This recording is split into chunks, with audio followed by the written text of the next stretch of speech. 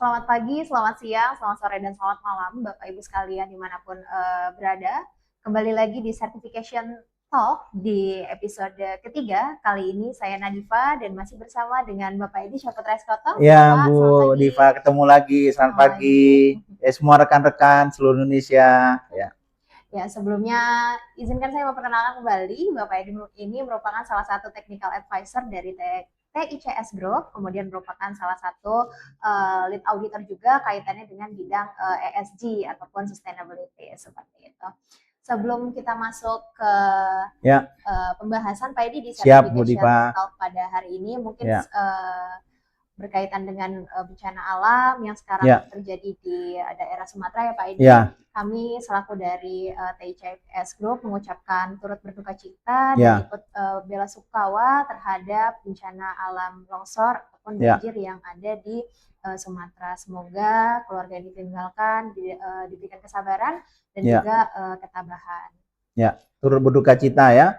Mudah-mudahan tabah, mudah-mudahan cepat pulih. Kita sehat, baik kembali ya, Bu Diva ya. Amin, Pak Edi. Karena mungkin dengan adanya satu kejadian ini menjadi salah satu evaluasi sebetulnya untuk kita semua ya Pak Edi ya. Mungkin akan sedikit membahas mengenai hal-hal yang sekiranya bisa dilakukan evaluasi dengan adanya ataupun bencana yang seperti ini ya Pak Edi ya. Mungkin seperti yang kita tahu kaitannya di daerah Sumatera itu mungkin perlu juga diperhatikan ya Pak ya mengenai sustainability-nya ya Pak ya. Karena kan bisa menyebabkan ataupun terdampak bencana seperti itu. Mungkin kita pelaku industri ataupun pemerintah juga perlu memperhatikan kaitannya dengan keberlanjutan ataupun sustainability betul sekali ya Pak ya. Bu Diva, betul sekali ya. Mungkin kalau misalnya dilihat ya Pak ya seperti di luar negeri yang lainnya ataupun regulasi negara-negara lain, saya sempat pernah baca-baca Pak kaitannya dengan regulasi yang mensyaratkan bahwa tidak boleh adanya deforestasi. Kaitannya di negara Eropa tuh Pak. EUDR seperti itu. Menurut Pak Edi, apa pendapat Bapak terkait hal tersebut Pak? Ya, terima kasih Bu Diva. Jadi ini sesuatu yang menarik ya. Jadi sekarang ini istilahnya digaungkan ya, semuanya Bapak Ibu, ESG and sustainability Bu Diva. Jadi tidak terpecah-pecah lagi. Kalau dulu terpecah, oh ini lingkungan, misalnya ISO-nya 14001 atau K3 atau ISO 45001 dan sebagainya atau social compliance-nya. Jadi sekarang ini digabungkan jadi satu. Jadi istilahnya ESG and sustainability Bu. Ya, di mana E-nya itu environmental, S-nya social, G-nya governance dan sustainability. Jadi ini terkait tadi ya Bu Diva ya, jadi regulasi menjawab tadi ya, memang negara-negara Eropa ya terutama ini sudah mensyaratkan, memang sudah ada regulasinya namanya EUDR ya, intinya European Deforestation ya, terkait dengan regulation Eropa. Nah, jadi di sini perusahaan-perusahaan harus siap nih Bu Diva yang menghadapi sistem ini gitu ya, juga untuk regulasi pemenuhan ini supaya nanti tidak ada menjadi masalah. Dan ini luas sekali, banyak sekali di Indonesia yang mencakup produk ini Bu Diva. Gitu ya Pak ya. Ya, jadi misalnya produk dari kelapa sawit ya, kopi, kakao, karet, dan termasuk juga nanti peternakan gitu ya, dan turunannya nih Bu Diva. Nah, jadi kalau kita nggak benar-benar bisa antisipasi, kemungkinan besar kita nanti tidak bisa ekspor ke sana. Nah, ini kan kerugian buat Indonesia. Betul. Ya, jadi ini Bu Diva, ESG dan sustainability ini menjadi suatu keharusan nih, kewajiban karena sudah mandatori juga. Dan di Indonesia juga ini sudah berjalan sebenarnya Bu Diva. Ya. Jadi sudah berjalan. Kalau di Indonesia misalnya ada ISPO nih Bu Diva. Ya, jadi Indonesia Sustainable Palm Oil gitu ya. Nah, itu untuk pekebun. Dan bahkan nanti ada untuk yang ISPO hilir nih Bu Diva. Jadi sebenarnya Indonesia juga sudah mengantisipasi untuk hal ini ya. Terkait dengan contohnya tadi ya, ISPO ya, tetapi memang belum semua industri ini, pekebun ataupun industri yang memang memenuhi. Nah, ini harus segera ini Bu Diva ya, semualah semua terkait dengan produk-produk pertanian maupun industri siap-siap untuk bisa menjalankan ESG and sustainability ini ya sesuai dengan regulasi Eropa, nasional Indonesia, ataupun yang paling penting banyak buyer requirement, Mbak, sekarang ya untuk hal ini gitu ya. Jadi tidak hanya regulasi aja, banyak buyer-buyer ya ataupun pembeli produk-produk itu mewajibkan sudah ada menjalankan sistem ESG and sustainability gitu Bu Diva. Oke, baik Pak Edi. Pak Edi boleh nggak sih Pak Edi di-spill apa aja sih Pak sistem-sistem yang sekiranya kita bisa comply gitu Pak sama ESG gitu kan ya Pak, karena kan berkaitan juga dengan di Indonesia sendiri ataupun berkaitan juga nanti kita mau ekspor ke luar negeri misalnya ke Eropa atau ke Amerika dan lain-lain seperti itu Pak. Ya, ini bagus sekali Bu Diva pertanyaannya. Jadi ada beberapa memang harus kita penuhi tahapan-tahapannya ya.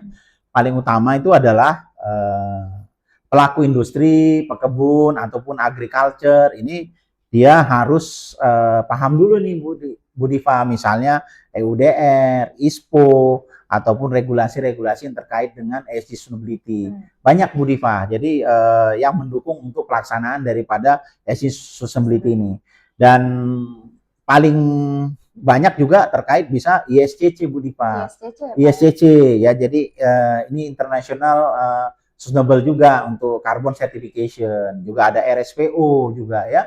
Kemudian ada FSC ya, PEFC yang untuk yang kehutanan, untuk kayu Bu Diva. Jadi banyak lah. Jadi untuk yang sustainable ini. Tapi yang paling penting Bu Diva, ini bukan sekedar menerapkan sistem aja, ini butuh komitmen. Komitmen ya. Komitmen pemenuhan. Kemudian nanti banyak sekali yang regulasi atau persyaratan yang harus dipenuhi. Mau di-spill nggak ini Bu Diva? Boleh dong Pak, buat Bapak Ibu sekalian yang penonton setia kami. Iya ya, jadi paling utama ya para pelaku perkebunan, industri juga pertama itu harus tahu paham dulu regulasinya, misalnya EUDR terkait dengan ISPO misalnya. Nah itu yang tentunya harus personel di perusahaan harus dilatih, mendapat pelatihan gitu ya, nanti biar paham, biar kompeten juga gitu Bu Diva. Kemudian yang lainnya yang paling penting adalah melakukan nanti evaluasi sudah memenuhi nggak dengan persyaratan-persyaratan. Pasti kan ada K3-nya persyaratannya Bu Diva, ada social compliance-nya gitu ya. Kemudian terkait juga nanti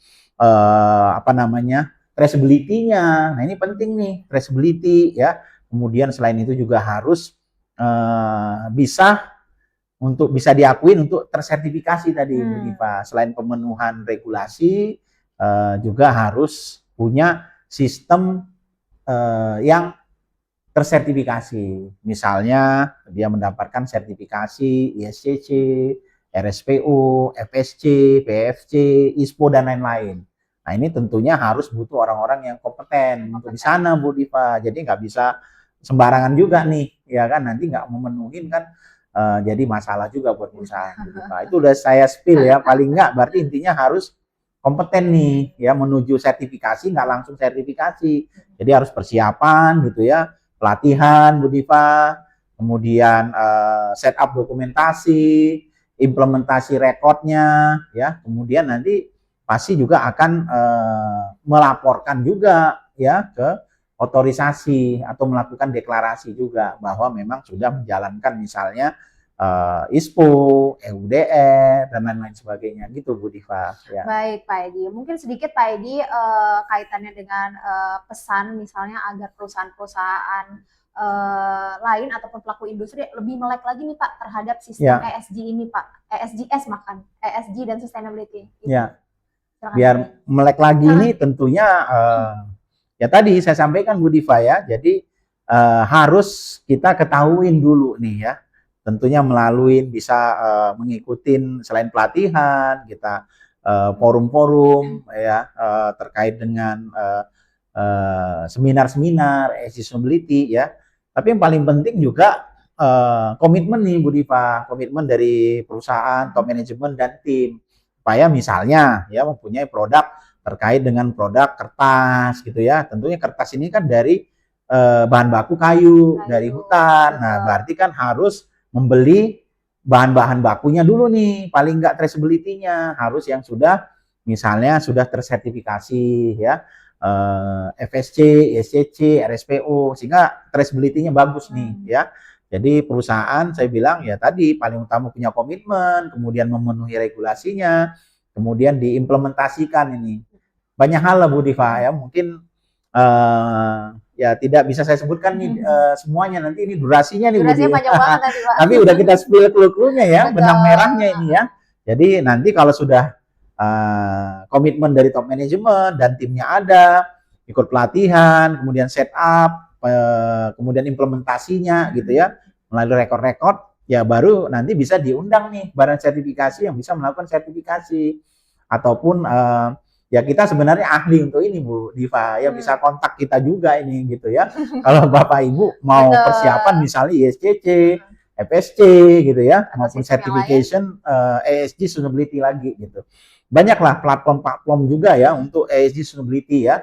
Nah, salah satunya ya kita bisa support juga itu Bu Diva terkait dengan EcoPadis. Nah, EcoPadis itu kan sebenarnya di dalamnya banyak juga yang harus dijalankan Yang sertifikasinya ya untuk comply, misalnya ISO terkait dengan ISO 14.000 lingkungan, 45 kesehatan keselamatan kerja, kemudian anti korupsi ISO 37.001, kemudian ada ISO juga nanti energi ya 50.001 gitu ya. Kemudian juga ada ISO terkait dengan IT 27.001 dan yang lainnya Bu Diva ya, social compliance misalnya untuk mendukung. Ya banyaklah cara perusahaan nih Bu Diva untuk bisa menerapkan ESG dan sustainability yang baik gitu. Dan menariknya Bu Diva ini tambahan dari saya ya, saya banyak pengalaman juga klien-klien kita gitu ya, maju itu bukan sekedar artinya bukan sekedar untuk sertifikasi aja gitu ya, tapi juga sudah permintaan buyer nih, kewajiban nih Bu Diva. Jadi kalau misalnya belum menjalankan ESG sustainability, bisa produknya tidak diambil oleh buyer. Nah ini saing ya Pak ya. Iya, jadi ini untuk ada bisnisnya juga ya, tapi kita pasti yang utama ya ESG-nya ini ya mencegah deforestasi, memakai energi yang artinya banyak polusi gitu, jangan gitu ya, kita harus rendah polusi, ya kita bahan bakar yang sustainable, efisien energi dan sebagainya, banyak lah untuk sebenarnya untuk keuntungan perusahaan menerapkan ESG ini dan sustainability ini Bu Diva ya. Betul Pak, karena mungkin banyak sekali ataupun beberapa kebijakan kaitannya dengan sustainability ini bukan maksudnya adalah agar bisa dinikmati oleh anak cucu kita nanti gitu ya Pak ya. Benar sekali. Berkelanjutan juga untuk ya. bahan-bahannya dan juga kaitannya dengan lingkungannya. Baik, terima kasih Pak Ya. Edi atas diskusi pada pagi Terima hari kasih ini. banyak. Luar Ya, biasa sama-sama. sekali kaitannya dengan sistem ESG dan juga sustainability. Terima kasih Bapak Ibu yang sudah menonton. Sampai jumpa di episode selanjutnya. Terima kasih. Sampai jumpa. Terima kasih.